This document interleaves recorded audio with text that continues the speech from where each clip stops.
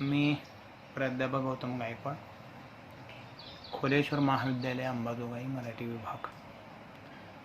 कोविड-19 corona या कालखंडामध्ये काही व्याख्यान विद्यार्थ्यांना देण्यासाठी BA फर्स्ट इयरच्या विद्यार्थ्याच्या समोर त्यांचा अभ्यासक्रम यावा आणि त्यांनी घरी बसून अभ्यास करावं ही भूमिका या पाठीमागे आहे. या लॉकडाऊनच्या पिरियडमध्ये ऑनलाईनच्या माध्यमातून काही व्हिडिओच्या माध्यमातून आपला अभ्यासक्रम आपल्यापर्यंत पोचवावा ही भूमिका महाविद्यालयाची आहे आणि माझी आहे. BA फर्स्ट इयरच्या ज्या विद्यार्थ्यांचा ऐच्छिक पेपर आहे त्याच्यामध्ये प्रथम सत्रामध्ये काव्यात्मक साहित्य आणि द्वितीय सत्रामध्ये कथात्मक साहित्य आहे. प्रथम सत्रातल्या काव्यात्मक साहित्यामध्ये केशवसूत, बहिणाबाई चौधरी, नारायण सुर्वे, कुसुमाग्रज, त्याचबरोबर नामदेव ढसाळ, अरुण कोलटकर या प्रत्येक कवींच्या 5-5 कवितांचा अभ्यास या ठिकाणी ठेवलेला आहे. तर या कवींचा परिचय आणि त्यांच्या या 5 कवितांचा, काही कवितांचा विषय आपण समजून घेणार आहोत. तत्पूर्वी केशवसूतांच्या कवितेचा विचार आपण या ठिकाणी करूया. एकूणच साहित्याचा आणि समाजाचा फार जवळचा संबंध आहे. नाही, समाजातूनच साहित्याची निर्मिती झालेली असते. साहित्य हा समाज जीवनाचा आरसा असतो. मानवी जीवन साहित्याची सामुग्री आहे. मानवी जीवनातून साहित्य आकाराला येतं. साहित्य हा समाज जीवनाचा आरसा असल्यामुळे त्या आरशामध्ये समाजाचं प्रतिबिंब उमटतं. मानवी स्वभाव मुळामध्ये गुणगुण्य आहे. मानवी स्वभाव हा मुळामध्ये गाणारा आहे, म्हणून त्याच्या गाण्यातून, त्याच्या गीतातून कवितेचा जन्म झाला असावा असं मानलं जातं. भारतीय साहित्यामध्ये कविता हा समृद्ध वाङ्मय प्रकार आहे. भारतीय वाङ्मय मुळामध्ये काव्यात्मक साहित्य आहे. कवितेला परंपरा फार मोठी आहे. आपल्या इथं 1000 वर्षाचा इतिहास मराठी कवितेला आहे. प्राचीन मराठी वाङ्मयाचा इतिहास हा जवळजवळ 900 वर्षाचा इतिहास आहे. प्राचीन मराठी वाङ्मयामध्ये संत, पंत, तंत हे 3 भाग प्रामुख्याने मित्रांनो येतात. संत साहित्यामध्ये विठ्ठल हा आदर्श आहे, अध्यात्म हे साधन आहे, भक्ती हे मार्ग आणि त्याचबरोबर मानवी जीवनाचं कल्याण हा उद्देश आहे. आणि आपल्या धर्माचा प्रसार आणि उपदेश करणं ही 6 वैशिष्ट्ये संत साहित्यामध्ये आपल्याला आढळून येतात. भक्ती मार्गातून समाज एकसंघ करणं, आध्यात्मिक आणि धार्मिक, परमेश्वर आणि भक्तीवर आधारित समाज प्रबोधन करणं या उद्देशानं मध्ययुगीन या प्राचीन वाङ्मयाचा विचार झालेला आहे.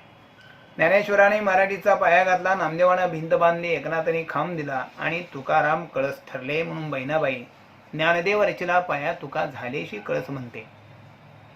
त्याच्यानंतर पंडित वाङ्मय हे संस्कृत भाषांतर आहे. संस्कृत पंडित कलेचे आणि सौंदर्याचे भोक्ते होते आणि त्यांचं साहित्य लालित्यमय होतं. आणि त्याच्यानंतर मग शाहिरी वाङ्मयाचा जन्म झाला आणि संत साहित्यामध्ये शाहिरी वाङ्मयामध्ये पोवाड आणि लावणी ह्या 2 वाङ्मय प्रकारांचा उल्लेख आपल्याला करावा लागेल. पराक्रम आणि शृंगार रस या काळामध्ये आपल्याला दिसतो आहे. मराठीची खरी गाणी आणि मराठी काव्याची प्रभात आपल्याला शाहिरी वाङ्मयामध्ये मिळते. सर्वसामान्याच्या भावनेला, लौकिक जीवनाला या काळामध्ये महत्त्व दिलं आणि इंग्रजी सत्तेचा उदय होऊन यादव काळ, शिवकाळ, पेशवे काळ संपून इंग्रजी सत्तेचा काळ सुरू झाला आणि मराठीमध्ये भाषांतरित कविता जन्माला आली. मेघदूत असेल, राजा शिवाजी असेल, इंद्रासंताचं काव्य असेल, दैवशनी असेल आदी कविता लौकिक जीवनाचे प्रश्न या काळामध्ये हाताळली जाऊ लागलेले आहे आणि कवितेचा आधुनिक काळ सुरू झाला. या आधुनिक काळाचा जेव्हा आपण विचार करू त्यावेळेला आधुनिक काळामध्ये फार बदल या कालखंडामध्ये झालेले आहेत. इंग्रज या देशामध्ये आले आणि नवीन बदलाला खऱ्या अर्थानं सुरुवात झाली. शिक्षण आणि न्यायव्यवस्था खुली झाली आणि त्याच्या अनुषंगानं मग वेगवेगळ्या क्षेत्रामध्ये वाङ्मयामध्ये सामाजिक, सांस्कृतिक, राजकीय अनेक ठिकाणी घडामोडीमध्ये बदल या कालखंडामध्ये होताना आपल्याला दिसतो आहे. अशा या काळात एक चांगला कवी म्हणून केशवसुताच्या कवितेचा विचार आपल्याला या ठिकाणी करता येतो. हा जो केशवसुताचा जो कालखंड आहे, या कालखंडाच्याही अगोदर आपल्याला महात्मा फुले यांच्या कवितेचा खऱ्या अर्थाने आपल्याला विचार करावा लागणार आहे. महात्मा फुलेने काय केलंय की कवितेची बाह्य रचना घेतली आणि अंतरंग विचार, विषय, आशय बदलून टाकलेला आपल्याला दिसेल. म्हणजेच केशवसुताच्या अगोदरची कविता महात्मा फुलेची बहिरंग हे संत साहित्यासारखं घेतलं आणि अंतरंग मात्र बदलून टाकलं. केशवसुताच्या कवितामध्ये मात्र अंतर्बहिर्गत दोन्ही बदल झालेले आपल्याला दिसून येतील. केशवसुताच्या कविता नाही का महात्मा फुलेंच्या कवितेमध्ये ब्राह्मणाचे कसब, अखंड या काव्यरचना केल्या. प्राचीन वाङ्मयामध्ये देव, परमेश्वर, अध्यात्म, धर्म याच्या भोवती जी कविता फिरू लागलेली होती, निभाभोवती फिरू लागलेली होती, त्याला फार मोठं स्थान दिलेलं होतं. याच्यानंतर मग महात्मा फुलेंच्या कवितेमध्ये परमेश्वरापेक्षा, ईश्वरापेक्षाही माणूस अधिक महत्वाचा आहे आणि म्हणून त्याच पावलावर केशवसुताच्या कवितेचाही विकास झालेला आपल्याला दिसून येईल. जात धर्म याच्या पलीकडे जाऊन ते माझी मी त्यांचा आहे, ही मानवता पूजक आहे. स्वातंत्र्य, समता, बंधुत्वाची ही सगळी कविता आहे. म्हणून धर्मनिरपेक्ष कविता आली. हे जग माणसासाठी आहे, माणूस मोठा आहे, आपण कोठेही गेलो तरी वरती अंबर आहे आणि पायाखाली जमीन आहे. ते माझे आहेत आणि मी त्यांचा आहे. हा एक ओघ, ते आणि आम्ही काही वेगळे नाही. हे केशवसुताच्या कवितेचं सूत्र म्हणून मराठी कवितेमध्ये वैचारिक चिंतनाचं स्वरूप प्राप्त करून देण्यामध्ये या कवीचं फार मोठं स्थान आपल्याला दिसून येईल.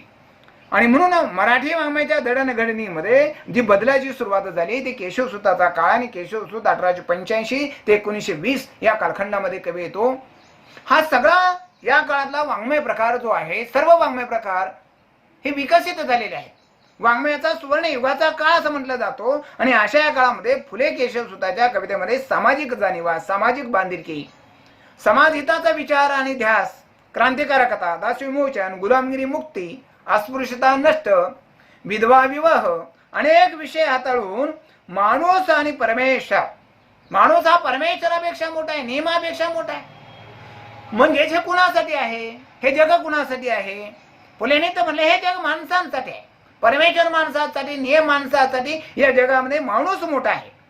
म्हणून फुले केशवसुताची कविता ही वैचारिक अंगाने विकसित होत जाताना आपल्याला दिसते.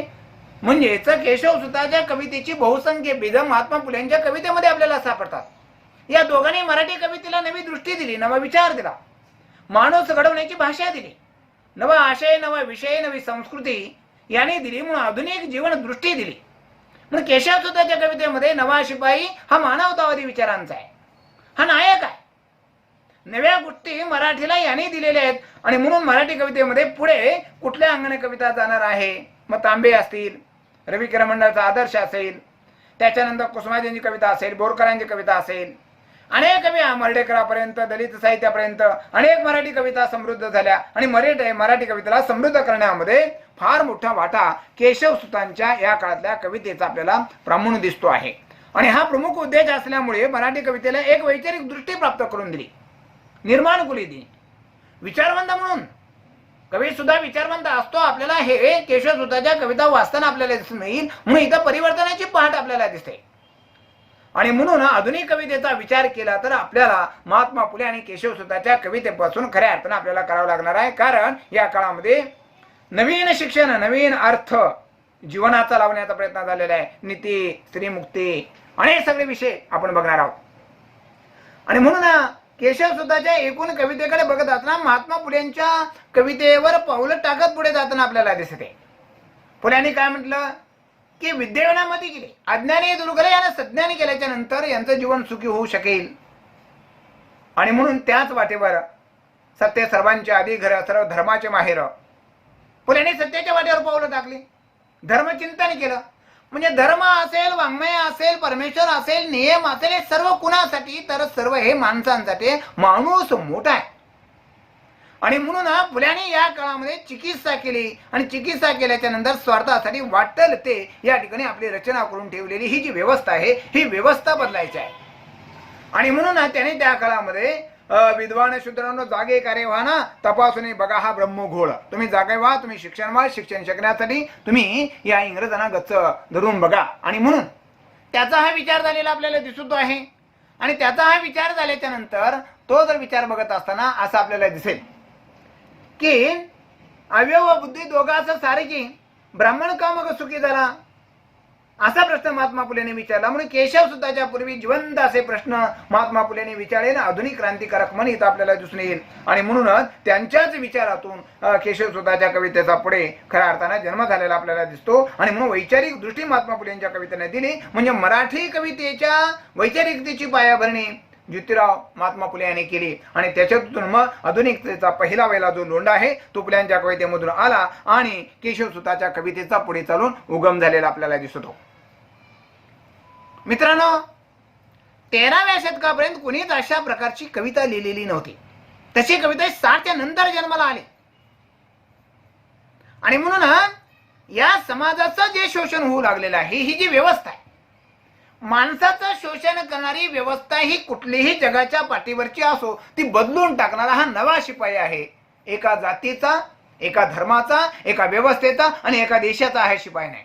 ते माझे आणि मी त्याचे, ते आणि मी एक आहोत. आणि म्हणून ही धर्मनिरपेक्ष कविता केशव सुतांची आहे. केशव सुताच्या कवितेकडे बघत असताना बंधून या ये देवा लागून धाई धाई मानवरती पाये पोचत्या ना, म्हणजेच ज्या देवाच्या नादाला लागून माणसाचं शोषण केलेलं आहे ते परमेश्वर नाकारताना आपल्याला दिसते. देवदानवा नरे निर्मले हे मत लोका कळू द्या. ही परमेश्वर देव कुणी निर्माण केले एखादा लोकांना कळू द्या. याच्यापेक्षा माणूस सर्वश्रेष्ठ आहे. परमेश्वरासाठी माणूस नाही तर माणसांसाठी परमेश्वर आहे ही ठरकावून केशव सुताची कविता सांगताना दिसते आणि महात्मा फुलेंची कविता सांगताना आपल्याला दिसते. आणि म्हणून केशव सुताचा नवा शिपाई, नव्या विचाराचा, नवी संस्कृती घेऊन आलेला, जात धर्म हे न मानणार आपल्याला दिसत आहे. ब्राह्मण नाही, हिंदू नाही, मी एक पंथाचा, नव्या म्हणूचा, नव्या दमाचा शूर शिपाई आहे. कोण मला वटणीला आणू शकतो ते मी पाहे. देवाची भक्ती चालू आहे. देवाच्या नावाला काही सामाजिक आर्थिक लोकांना शोषण सुरू झालेलं आहे. असा ईश्वर, असा धर्म, असा देव यांच्या कवितेने नाकारलेला आपल्याला दिसतो. मानव निर्मित आहे. मी विश्वाचा जनक आहे. देव ही कल्पना मला मान्य नाही. देवावर हल्ला करताना केशव सुद्धा आपल्याला दिसतात. दैववादी असणे म्हणजे पुरुषहीन असणे. बोल लावता दैवाच त्याच म्हणावे का पुरुष. जात धर्म याच्या पलीकडे केशव सुताची कविता गेलेली आपल्याला दिसेल. मराठी कवितेमध्ये बुद्धिवाची चिकित्सा करणारी आणि समतेच्या पायावर समाजाची उभारणी केशव सुताला करावयाची आहे. म्हणून केशव सुताने पुढे काय म्हटलं, पठण कर बा त्यांचे जग हे बदलावयाचे. जुने जाऊ द्या मरणा लागून जाळून किंवा पुरुणी टाका सावध ऐका पुढले हा का. जुन्या खुलचट भावना नष्ट करू ईश्वर, आत्मा, अध्यात्म, परलोक या प्राचीन मूल्यांची उपासना, विषमता जोपासणारे हे उकडून टाकण्याची, नष्ट करण्याची भाषा आणि नवाज समाज संस्कृती निर्माण करण्याची, की ज्या समाज संस्कृतीमध्ये कुणीही कुणाचं शोषण करणार नाही अशी एक नवी व्यवस्था केशव सुतांच्या कवितेला हवी आहे. आणि म्हणून केशव सुताच्या कवितेमध्ये क्रांती येते आहे, बदल येतो आहे. ही क्रांती त्याच्या आशयामध्ये आहे, ही क्रांती विषयामध्ये आहे, शैलीमध्ये आहे, अंतरंगामध्ये आहे. अंतर बहिर्गत आहे की बदल आहे. मी मानव पूजक आहे, भाव पूजक आहे, निसर्ग पूजक आहे, एवढंच नाही तर प्रेम पूजक आहे, आत्मपूजक आहे, सौंदर्य पूजक आहे. हा नवा मानवच एक जन्माला आलेला आहे. त्यांचं काव्य म्हणजे नव्या जीवन दर्शनाची वाङ्मयीन मूर्ती आहे. म्हणून केशव सुताच्या मराठी कवितेमध्ये आलेला नवी विचार, नवी दृष्टी देणारा, नवी रचना देणारा, नव्या मन्वंतराची सगळी वैशिष्ट्ये केशव सुताच्या कवितेमध्ये आढळतात. नव्या जगाचा, नव्या मानवचा शिर शिपाई आहे. म्हणजे मी नव्या जगाचा एक नायक आहे असं तो म्हणतो. केशव सुत ते पहिले प्रस्थापितला श्रेय देणारे कवी आहे. भौतिकवाद समतावादी लोकसंस्कृतीशी त्यांनी जोडून गेलेलं आहे. म्हणजे केशवसुताची कविता ही रूढीवादी, वर्गवादी, स्थितीवादी, शोषण करणाऱ्या व्यवस्थेविरोधातली ही कविता आहे. आणि म्हणून ही नवी प्रेरणा देणारे, सूर्याचे तेज घेऊन आलेलं, स्वप्न घेऊन आलेली, आकांक्षा घेऊन आलेली, ध्येय धोरण घेऊन आलेली, नवे मन घेऊन आलेली, नवे नाडी घेऊन आलेली ही केशवसुताची कविता मराठी कवितेला सामोरे जाताना आपल्याला दिसते. आणि म्हणून सूर्यकुळाला सामोरे जाणारा हा कवी आहे. सूर्य अंधार नष्ट करतो, अंधार म्हणजे अज्ञान नष्ट करतो, मलिनता नष्ट करतो. म्हणून सूर्य हे तेजाचं प्रतीक आहे. स्वातंत्र्य, समता आणि बंधुता आणि न्यायाचं, नैतिकतेचं हे प्रतीक आहे. तशीच केशवसुताची कविता आहे. सूर्यचंद्र आणि तारे नाचते यारे प्रेम बरे, खुडीत खूप पुष्पे करीती जिते. म्हणजे तर या मानवी जीवनाला एक नवा विचार देत असताना या सृष्टीमध्ये, या जगामध्ये सर्व माणसं सुखात समाधानाने या देशामध्ये राहत होती.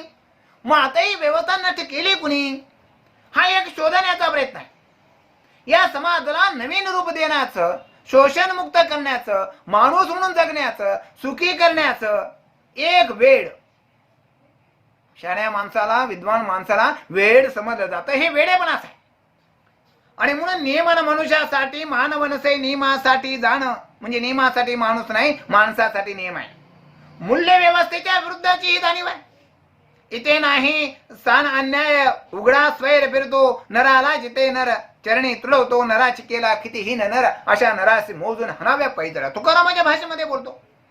पारंपरिक मानवी मूल्याची प्राप्ती ही मानवाची कुंडी करणारी आहे. म्हणून कोणत्या धर्माची संचिताची ताबेदारी, गुलामगिरी, साचेबंदपणा यांना मान्य नाही. का मान्य नाही? कारण माझी बुद्धी संकुचित नाही आहे, माझा विचार संकुचित नाही. मळ्यास माझ्या कुंपण पडणे अगदी मला नसाहे. का आहे की माझ्या विचाराला कुंपण घालणं मला सहन होत नाही. मी कसा आहे, जिकडे जावे तिकडे माझी भावंड आहे, सर्वत्र खुणा माझ्या घरच्या मधला दिसत आहे. कोठे जा पायाखाली तृणाव भू दिसते, कोठेही जा डुईवरते दिसते निलांबरते. ब्राह्मण नाही, हिंदू नाही, मी एका पंथाचा. ती मी आणि ते आहे काही वेगळी नाही. ती माझे मी त्यांचा एकच उगव आहे आम्हातून. कारण ते आणि मी काही वेगळे नाहीत. हा बंडाचा झेंडा घेऊन उभी राहणारी कविता, जुलमाचा पाश तोडून टाकणारी कविता आणि संघर्षाला तयार होताना आपल्याला दिसते. आणि म्हणून या ठिकाणी ते आणि मी काही वेगळे नाहीत, त्यांचा मी आणि ते माझे आहेत.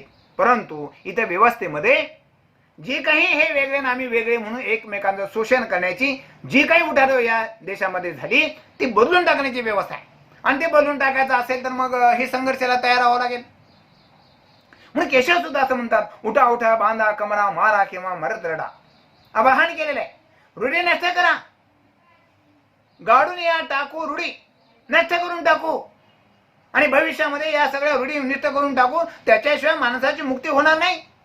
मग गोपन असेल, मूर्तीभंजन असेल, याच्यामध्ये शिपाई असेल, विद्रोह दिसतो. आणि हे जर करायचं असेल तर या समाजाला जागृत करण्यासाठी ती देव आम्हाला समाजाला जागृत करते. आणि जागृत करत असताना हा जर देव आम्हाला आडवा आला तर काय? जरी देव आडावतील तरी देव तरी झगडू त्यांच्याशी निकरी, त्यांच्याशी संघर्ष आम्ही करू. आणि हा संघर्ष आम्ही करू आणि आमच्या या असणाऱ्या शोषित असणाऱ्या या समाजाला आम्ही जागृत करू. एक तुतरी द्या मजा आणून फुंक निमिती सो प्राणाने, की जागृत करू, तुतारी फुंकू, समाजाला जागे करू. समान आहोत ह्या प्रकारची जाणीव त्यांच्या कवितेमधून आलेली आपल्याला दिसते. कारण आबाळाचे आम्ही लेकर, काळी माते आई, धर्म वेगळा नाही, आमचा पंथ वेगळा नाही, आम्ही सर्व एक आहोत. संस्कृती चांगली आहे, धर्म चांगला आहे, राबवणारी माणसं चांगली नाहीत, त्याच्या विरुद्धचा हा संघर्ष आहे. समाज व्यवस्थेला लागलेली ही जातीची एक कीड आहे. आणि ही जातीची कीड सुद्धा ही नष्ट करण्याचा प्रयत्न करतो आहे. आणि देवाच्या आड पडून माणसाचं शोषण केलं जात आहे. असा कोणता परमेश्वर आहे की माणसाला संकुचित करून कोडे घालून माणसाचं शोषण करेन? कोडे घालून या बसले कैदासीने उकली लावून उकली ना, अशी कोणती कैदाशी नाही की कोडे घालून बसलेले. ग्रीक काव्यामध्ये इडिपची ही संकल्पना वापरलेली आहे. आणि मग त्याच्या अनुषंगाने प्रश्नाची उत्तर नाही दिले आणि मग त्याचा शिरच्छेद केला जातो आहे, त्याचा सुद्धा नायनाट केलेला आहे. जुने नष्ट करणारी ही कविता आहे. या भूमीला स्वर्गाचं रूप प्राप्त करून देणारी कविता आहे आणि म्हणून आमच्या नशिबात लिहिलेला आहे, परंपरेमध्ये चालत आलेला आहे. अशी जी विचारसरणी होती पद्यपंक्ती ती तरप आमुच्या करी विधाने दिले असे ते कुणी ती जनता शीर्षावरती जग उलटून या देऊ कसे. अन्याय आणि अत्याचार विषमता आम्ही नष्ट करूया. आमच्या वाट्याला आलेला आहे, तुमच्या वाट्याला आलेला आहे, हे तुमचं जीवन आहे, तुमचं काम आहे. ही जी अशा प्रकारची विचार परंपरेनं चालत आलेली होती तिला तिने छेद दिला आणि त्याने काय म्हणले, काटो काट भरू द्या, प्याला फेस भराभर उसळू द्या, प्राशन करता रंग जयाचे क्षणे क्षण बदलू द्या. हे अज्ञानाचा, हा विषमतेचा, हा शोषित असणारा जगाचा पेला एकदा भरू द्या, उलटून जाऊ द्या. हे अभिप्रेत आहे आणि नवी संस्कृती उद्याला येऊ द्या. आमचा पेला दुःखाचा डोळे मिटून आम्ही किती वर्ष प्यायचा, फेकून द्या जगावरी. मानवतेचा विचार येतो आहे, आम्हीच किती वर्ष या ठिकाणी दुसऱ्याची सेवा करायची, कष्ट करायचं, हे एकदा नष्ट करायचं आहे. आम्हाला आता आम्ही परंपरेनं चालत आले, देव धर्मानं सांगितलं आहे, हे आता आम्ही ऐकणार नाही. म्हणून कवी काय म्हणतो आहे, आम्ही याची आता पूजा करणार नाही, मानवतेची आम्ही पूजा करूया.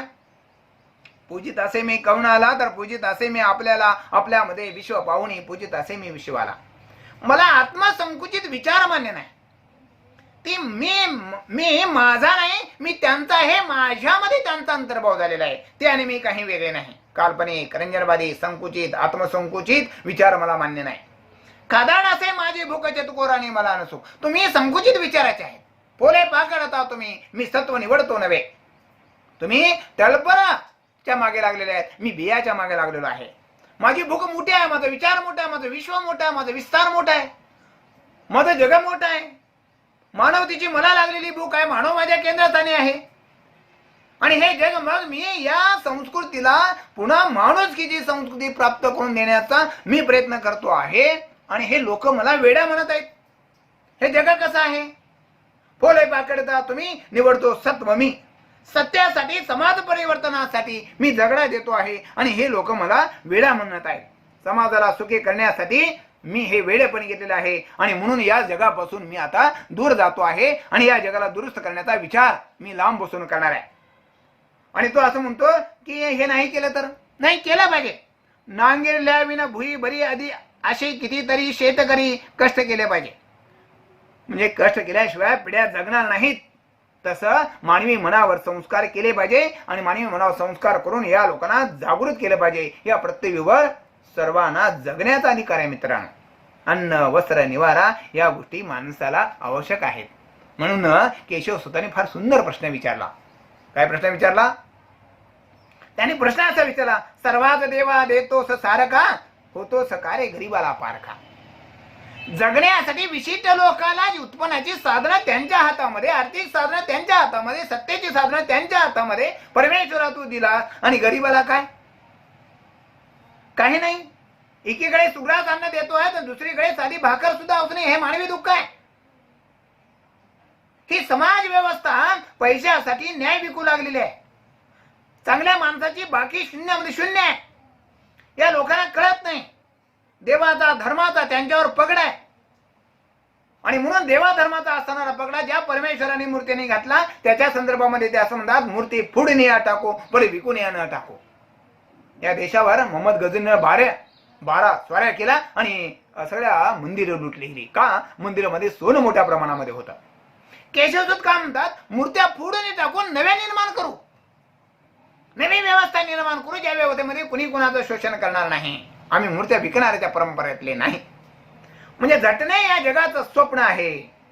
मूर्ती फोडून टाकू पण विकणार नाही. ही स्वातंत्र्याची पहाट, समाज उन्नतीची पहाट, प्रगतीची पहाट, प्रगतीचे वेळ केशवसूताच्या कवितेला लागलेले आहे.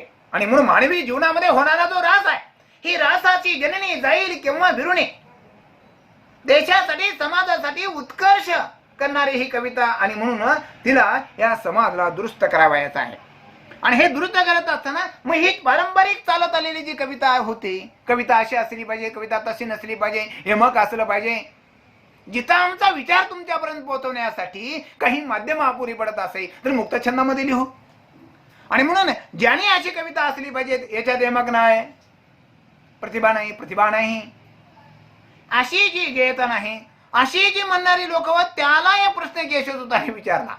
कविता अशी असावी जे म्हणणार आहे त्यांना, अशी असावी कविता, तशी असावी कविता, तुम्ही कोण सांगणार आहे? कविता अशाने तशा असली पाहिजे, तुम्ही कोण आम्हाला सांगणार आहे? आत्मनिष्ठ आहोत आम्ही. इवा जसा इवते समोहे तसा कवी कविते समोहे. कवी ही शक्ती आहे, हे प्रयोजन बदलायचं आहे.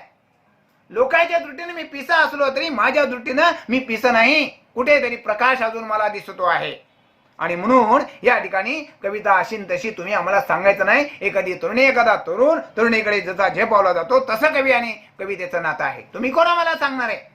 म्हणून केशवसुतांना कवितेमध्ये बदल केला. म्हैस असेल, खिडकी असेल, हे अनेक शब्द नवे आणले. मानव त्यांच्या कवितेस्थानी केंद्रस्थानी आहे. म्हणून हा सौंदर्य पूजक आहे, निसर्ग पूजक आहे, चैतन्य पूजक कवी आहे. आणि म्हणून हा ज्ञाताचा व्यवहार जगाच्या पलीकडे त्याला जायचा आहे. आणि म्हणून तो असं म्हणतो की अंधज्याचा मुलाचा पहिला प्रश्नामध्ये माणूस माणसाला नीट केला पाहिजे.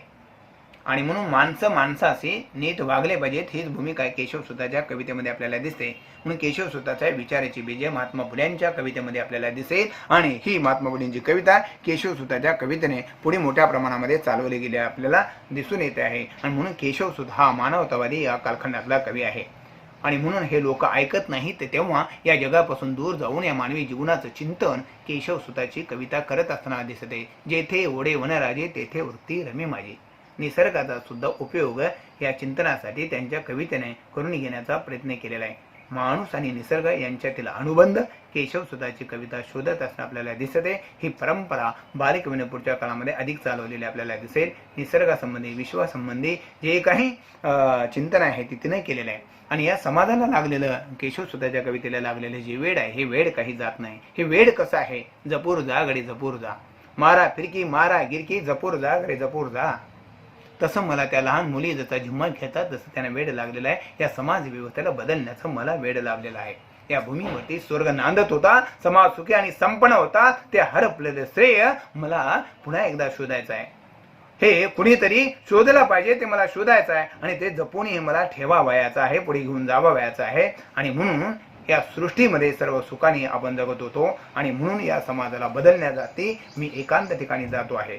मला माझ्या स्त्रियाची साक्ष तिथं पडते आहे. म्हणून मी संसारामध्ये, माझ्या प्रवृत्तीमध्ये मी काही रमत नाही. अलौकिक अशा प्रकारचा आनंद मला त्या निसर्गामध्ये मिळतो आहे. आणि म्हणून आम्ही आता तिकडे जात आहोत. एखादी लहान मुलगी तो खेळ खेळले परोपरी लुटुपुटूच्या घरदारी. एखादी मुलगी आपल्या माहेरी असताना सुखी समाधानी असते, तिला कधीच त्याची भीती वाटत नाही. पण लग्न झाल्याच्या नंतर तिला ते आपलं घर का वाटू नये? या देशामध्ये जन्माला आलेल्या प्रत्येक माणसाला हा देश आपला का वाटू नये? समाज सुखी संपन्न या ठिकाणी झाल्या तर वाटेल. आणि म्हणून या ठिकाणी जपूरजाचं वेड त्याला लागलेलं आपल्याला दिसून येईल. आणि म्हणून या गोष्टीच्या पलीकडे गेल्यावर ही कविता जगण्याने मरण्याच्या पलीकडे जाताना आपल्याला दिसते. या काळामध्ये फुले, आगरकर, केशवसूत यांचं जगणं हे जगावेगळं आहे. ज्ञाताच्या पलीकडे जे दिसत नाही ते त्यांना दिसतं.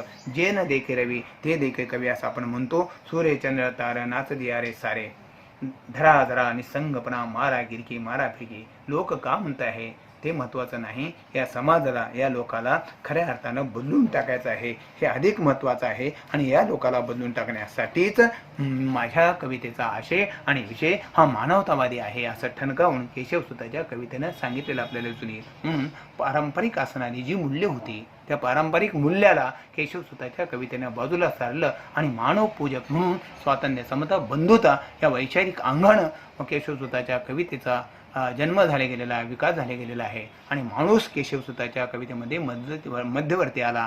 आणि धर्म, परमेश्वर, नियम हे सर्व माणसासाठी आहेत. आणि या जगामध्ये माणूस सर्वश्रेष्ठ आहे, त्याची महती केशवसुताच्या कवितेने गायली. आणि या भूमीमध्ये स्वर्ग नांदत होता, समाज सुख्याने संपन्न होता. आणि त्या समाजाला पुन्हा एकदा ज्याचं शोषण झालेलं आहे त्याला माणूस म्हणून जगवण्यासाठी पुन्हा एकदा केशवसूत क्रांतिकारी येताना आपल्याला जुनील. आणि म्हणून या काळामध्ये मराठी कविता माणसापासून दूर गेलेली माणसाच्या जवळ आली. आणि वैचारिक अंगाने कवितेचा फार मोठा विकास करण्यामध्ये केशवसुताच्या आणि महात्मा फुलेच्या कवितेचा फार मोठा वाटा आहे. म्हणून कवी सुद्धा विचारवंत असतो हे ठामपणे आपल्याला केशवसुताच्या कवितेचा आधार घेऊन सांगता येतं.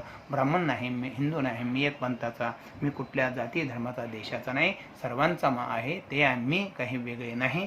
आणि म्हणून अशा या समाजाला पुन्हा एकदा स्वर्गाचं सुखाचे दिवस आणून देण्याचा प्रयत्न या केशवसुताच्या कवितेने या कालखंडामध्ये केले गेलेला आपल्याला दिसून येईल. केशवसुताच्या कवितेचा प्रवास कोणत्या अंगाने जातो आहे, त्या केशवसुतांचा फक्त या ठिकाणी परिचय म्हणून त्यांच्या काही कविता आपल्यासमोर ठेवल्या आणि केशवसुतांच्या कवितेचं स्वरूप या ठिकाणी आपल्यासमोर ठेवलं. या ठिकाणी आपण थांबू आणि याच्यानंतर केशवसुतांच्या 2 कवितांचा विचार काही तासामध्ये आपण पुढच्या करू. धन्यवाद.